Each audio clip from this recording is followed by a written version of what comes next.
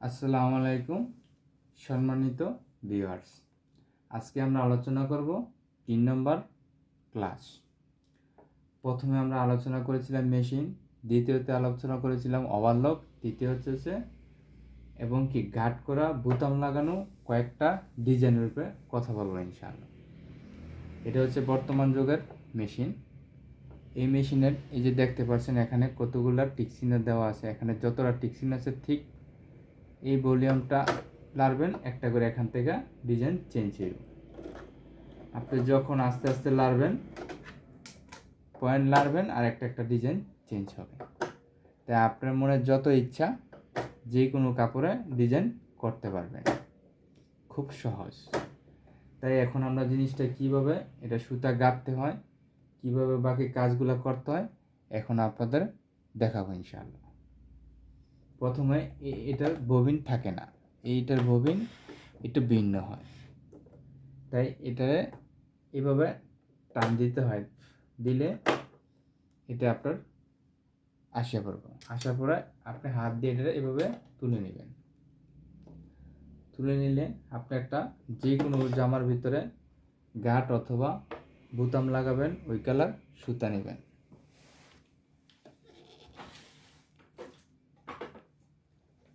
ধরেন আপনারা এখন একটা কিভাবে সুতা গাঁথতে হয় সেটা দেখাবো। প্রথমে পেঁচাবেন, হালকা করে পেঁচাবেন। পেঁচানোর পর এটার উপরের দিকটা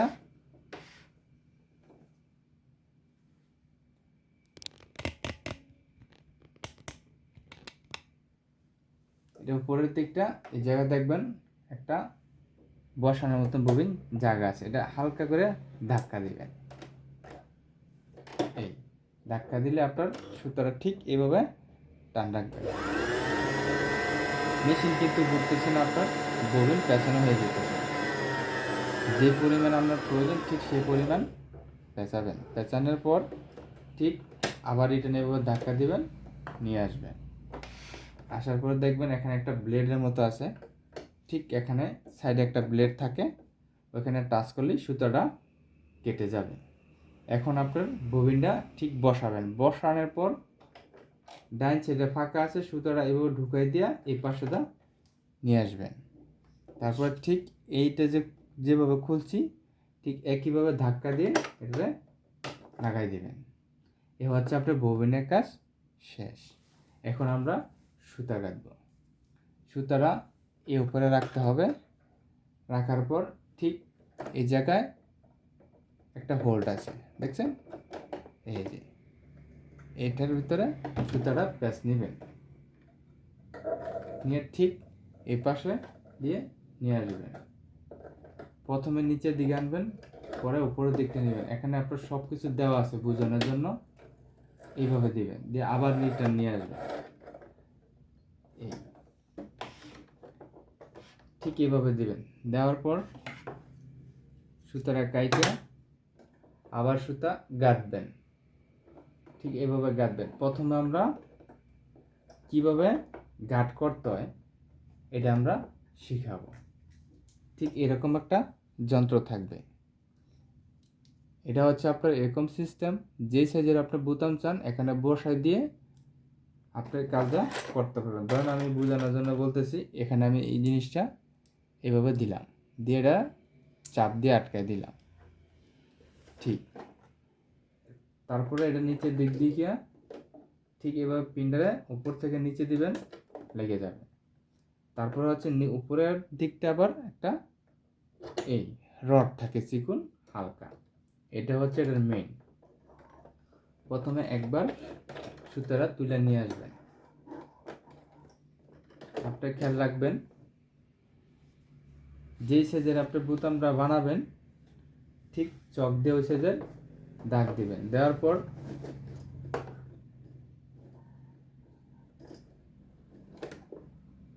এইভাবে যখন আপনি রাখবেন, রাখার পরে এখানে পুশ লেখা আছে অথবা আপনি ধাক্কা দিবেন, দিলে এটা পিছনের দিকে চলে যাবে। এটা হচ্ছে শুরু। এই গাঁটটা এরকমই হবে, যে সাইজের আপনার বোতামটা দিয়েছেন ঠিক ওই সাইজেরই গাঁটটা হবে।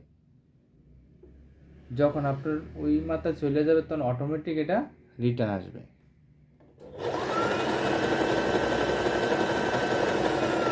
ঠিক একইভাবে ঠিক এখানে আবার ব্লেডের মতো আছে, সেটা কাটতে যাবে, দেখছেন? ঠিক একইভাবে আপনি যেই কোনো সাইজের বোতাম নেবেন, 3 ইঞ্চি, 5 ইঞ্চি, 2 ইঞ্চি, ঠিক ওই জায়গায় আবার একইভাবে বসাবেন। বসায় ঠিক একই সিস্টেম আপনি যতটা কাজ করবেন ঠিক একইভাবে আবার পিছনে দিবেন। দেওয়ার পরে কাপড়টা ঠিক এইভাবে রাখবেন, অটোমেটিক পড়ে গেছে, এটা বোতামের সাইজ অনুযায়ী আবার নিয়ে আসবেন। এ হচ্ছে আমাদের এইভাবে গার্ড করতে হয়। তারপর এটার কাজ শেষ হলে এটা ঠিক উপরের দিকটা ঢুকাই দিবেন, আবার এখানে লক আছে, দিলে ছুটে যাবে, নিয়ে আসবেন। এখন হচ্ছে আমরা বোতাম লাগাবো। বোতামের জন্য ঠিক এরকম থাকবে, এক এক মেশিনে এক একটা থাকতে পারে, ওটা দেখে আপনার না বুঝে কারো কাছ থেকে পরামর্শ নিয়ে নেবেন। এভাবে বসায় দিবেন। দেওয়ার পরে আপনার বোতাম যে কোনো সাইজের হয়, ঠিক বোতাম একই সেন্টারে দিবেন। দিয়া কারণ এখন আমি 2টা বোতাম লাগাবো, এভাবে ধরবেন, ধরে ঠিক এভাবে রাখবেন। রাখার পরে দেখবেন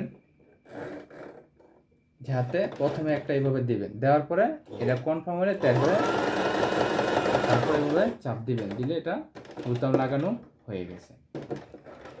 আশা করি ইনশাল্লাহ বুঝতেছেন। তারপরেও যদি কারো বুঝতে কষ্ট হয় আমার সাথে যোগাযোগ করবেন, অবশ্যই ইনশাল্লাহ সঠিক সলিউশন দেওয়ার জন্য চেষ্টা করব। ঠিক একইভাবে আবার দেখাচ্ছি যাতে বুঝতে সুবিধা হয়। এটার কাজ শেষ হয়ে গেল। তো আজকের মতন আমাদের 3টি ক্লাস হয়ে গেল। শুরু থেকে যারা দেখবেন শেষ পর্যন্ত দেখলে ইনশাল্লাহ যারা একেবারেই কিছু বুঝেন না তারা আশা করি ইনশাল্লাহ বুঝতে পারবেন। ভালো থাকবেন, দোয়া করবেন। আল্লাহ হাফেজ, পাশে থাকবেন।